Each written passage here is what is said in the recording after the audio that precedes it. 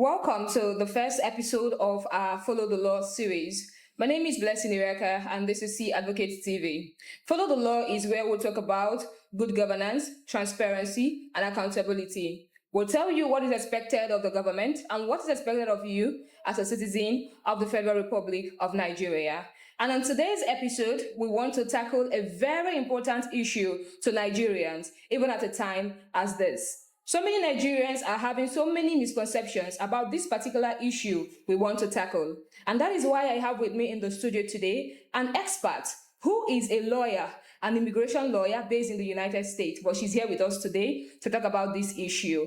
She is actually a reverend sister by calling and a lawyer by profession. I'm talking about Sister Uchenna Ajaero. Welcome to the studio, ma'am. Thank you very much. Okay, so we are going to be discussing with Sister about the new U.S. Ban on Nigeria. What does it really mean, and what are the implications? What are some of the misconceptions Nigerians have about this ban? We've heard so many people say many things about this U.S. ban, but today we're going to hear from an expert what it really means. But before we forge ahead, we'll allow her tell us who she is and if there are more to her than we know. Welcome, ma, once again. And please, can you tell us more about you?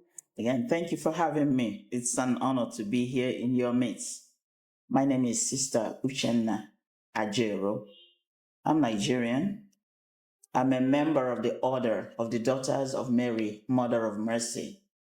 Our headquarters is in Umuahia, Abia State. I reside in the United States. I'm a licensed attorney. My main area of practice is immigration. And I've been an immigration attorney now for over 16 years. And I focus mainly on religious visas and religious status and everything about religious institutions bringing their members to the United States, remaining legal and filing the rest of their immigration papers while in the United States. In addition to that, I also cover several other aspects of immigration practice.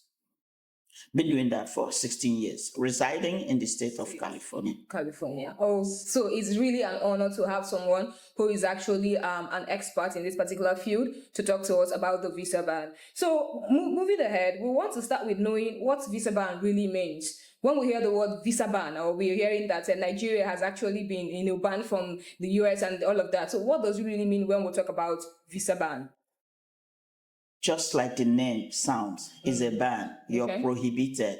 But for Nigeria, it's a partial ban, not 100%, because it's only a section of immigrants that are banned from entering into the United States. And this includes visitors, B1, B2 status holders, students. We have F students who are regular students. We have M category of students who are non-academic students. And then we have the J visa students who are the exchange students, the students on J visas. Nigeria being banned was for so many reasons, according to US authorities. America lies to safeguard its citizens. Security is a priority for the United States. So in dealing with countries like America, Nigeria also has to have at least some level of security. And that's what the United States is requesting. But based on the fact that Nigeria did not meet up to the level that they expect, they have banned these category of Nigerians from entering the United States. To every rule, there is an exception. There's an exception to the list of groups that are allowed or not allowed to enter the United States. Special categories are still allowed to enter the United States. But these B1, B2 visitors and student categories are the groups that are banned. That's why it's partial. So the rest, who are not visitors and who are not students, are still allowed to enter. However, keep in mind, some visitors have had long-standing relationship with US immigration. They've been visiting. They have their valid visa. If that visa is not canceled, you're still allowed to visit. In recent times, we've heard of people trying to enter the United States, and at the border, their passport was confiscated after a series of questioning and interviews. The visa was canceled and they were sent back to their country of origin. It happens. But for this particular ban that we're talking about today, is a partial ban. It's for people who are looking to secure these visas. These are immigrant visas to enter the United States. That's why it's a partial ban. Partial ban. Oh, wow. Thank you so much for that clarity and clarification, because so many people, we had some people who are telling us that they had the visa for 5 years, but they've just used it for 2 years or thereabout. But since there is a ban, so they know they will not be, they won't be entering the United States anymore. So that's actually some of the misconceptions people have about the ban. I don't know if you know of other misconceptions that you want to clear or let people get rid of when it comes to the visa ban. Yes, I get so many questions about people whom their visas have expired. Some people have had US visas for 10 years, 15, 20 years, and sometimes it expires and you go back to renew it. So now they are confused. Are we still allowed to go and renew? Of course, nobody's stopping you. There's a reason why US is putting this restriction. There are a set of people that they do not want within the United States. For this ban to be implemented, there's a reason, there's a cause. If you don't think you are within that group of criminals that are allowed into the United States, why not? Go ahead, submit your passport for renewal. If they review your information, and they prove you worthy for US visa, they will issue the visa, they will renew your visa. But if they don't trust you, if they find fraudulent information pertaining to you, they are not going to renew. So when people get confused about, can I still go and renew my visa? Of course, give it a try. Nobody is going to stop you. Give it a try. There's no guarantee. That's all. As an immigration lawyer, I can say, there's no guarantee, but am I going to tell you not? No. Go ahead, submit your passport. You might get approved. You might be lucky. If you are not approved, then you are not approved. And that's part of the vetting system that also America is facing with Nigerian, giving them information about the people coming into the United States. There's a vetting system. America has this from DS-160. That everybody that is coming into the United States feels. It gives them basic information about you, your childhood, your education, your career, what you've been up to. It's detailed. You will see some repetitions in that question. That's where they catch people. If you lie the first time, lie is not consistent. When you get to that question the second time, you've forgotten what you answered. So when your answers don't match, it's seen as fraudulent presentation. They're going to deny your visa. But Nigeria doesn't seem to have that kind of system, and that's what America is complaining about. How do we know the people you are allowing? You remember there was an incident, I believe it's in December, Christmas Day of 2019, when a young man was caught on an American airline coming into Detroit with a bomb. Okay. He's a Nigerian. If they had adequate information, that individual could not have been on that flight. Yeah, exactly. That incident would have been avoided. And that made America to start scrutinizing people coming from Nigeria to the United States more strictly. So such situations, such vetting systems is what America is expecting Nigeria to put in place to help them approve more people coming into the United States. It's about security. It's all about security. It's not a joke. Yeah. Okay, so thank you so much for this enlightenment also, because before now I hear people say it's actually what Trump is doing is not nice. So many people have different opinion on what Trump did, you know. I don't know for them, but so many people have different things to say about him, you know, based on some of the things that is going on in the United States and he's doing in other nations and the rest of them. Yeah. But for Nigerians, so many people believe that he would have taken other measures, you understand, than the ban that he actually. But what he said now, I get to know that it's about security. So if Nigeria has the level of security the United States is actually clamoring for, then there will be nothing like a visa ban. So going towards that direction, what do you think we can actually do in Nigeria to make sure that we meet up to the criteria? First, I want to ask, can this visa ban be lifted?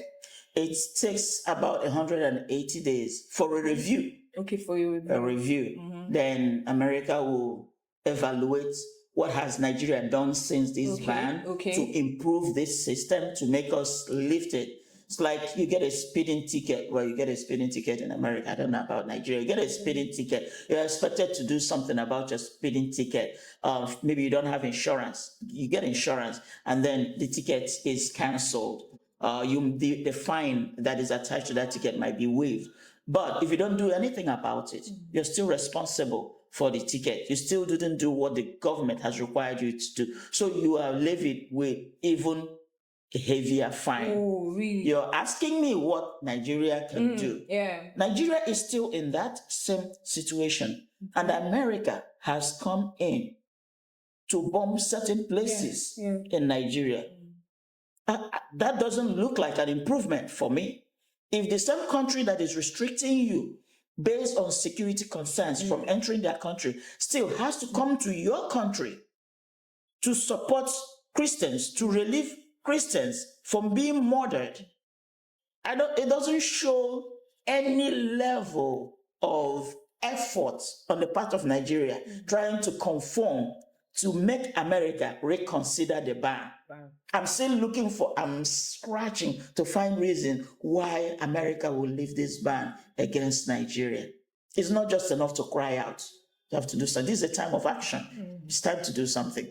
But we're still waiting for our government to do something. Yeah. I mean, if you were in America's shoes and this is where you are, think about it. Are you going to lift that ban to let more people start coming into America at this time after the December 25 gifts? I don't think so. Wow. So, okay. I really don't know what to say now. But I think I have one last question for you. So what measures do you think, we've talked about what is happening in Nigeria. So what are some of the measures you think the government can, put in place to better avoid further bans from other countries, especially from the global south? Nigeria is a very rich and blessed country. If we want to do it, we can do it. Okay. We have people like the governor of Abia State doing things that we could have only imagined in our dreams. But it's happening. That means other states can do it. We have people like Peter Obi that we could see what he did when he was in Anambra State. So it's not as if we don't have the resources. Nigeria has the resources. Nigeria can copy from what other countries are doing. You can always copy. You have all these diplomatic meetings. You can ask other countries, how did you get to this level? How did you come this far? How were you able to improve this? Feel free to copy. Just copy, translate it, do it replicate the same system in your country. It's not rocket science for Nigeria to set up a system where everybody's information, your record, is in the system, like in America. If you go for fingerprinting, your fingerprint is going to pull up all your records. Everything that whatever organization that wants to hire you needs to know about you, it's found, it's under your record. Nigeria started the issue of issuing names, NIN, to people. That's one way of having an adequate number of what the population looks like. Every Nigerian gets a NIN. That number is attached to you. Based on that, you have an idea. What is the population of this country? How about their records? The rest of their records? Where they went to primary school. Everybody, a system can be set up where everybody logs in to put in all this information. And then when you create such record, every other thing can be added onto it. Let's say, for example, Catholics, they have this baptismal certificate. Your date of birth is there. Your date of baptism, your date of First Holy Communion, confirmation, marriage. It's on that record. If the church can do it for its members, why can't the country do it for its citizens? That's one way of improving our relationship with other more advanced countries. That's one way of showing America, hey, this is not rocket science. We have done it. Here are our records. This is what you need. You plug in this information about this person. This is what you're looking for. Bam, it's there. You can get it. It's not rocket science. It's doable. But we're hoping someday we'll get it right. Someday we'll get it right. And this is where we're going to be calling it a wrap on today's episode of Follow the Law. So for some people who have actually been asking questions based on what does this ban talk about? What is it saying? Can I go to the US? I have a student visa. Can I still travel? You've heard from the horse's mouth. So all you just have to do is, if you want to apply, you can go ahead to do the application. If you get it, fine. But if you don't, you stay here in Nigeria. That's right. It's a good country. Yeah, it is. Thank you so much for your time, sister. Thank you very much. God bless you. Yeah, thank you. I'm glad to be here. Thank you very much. Yeah.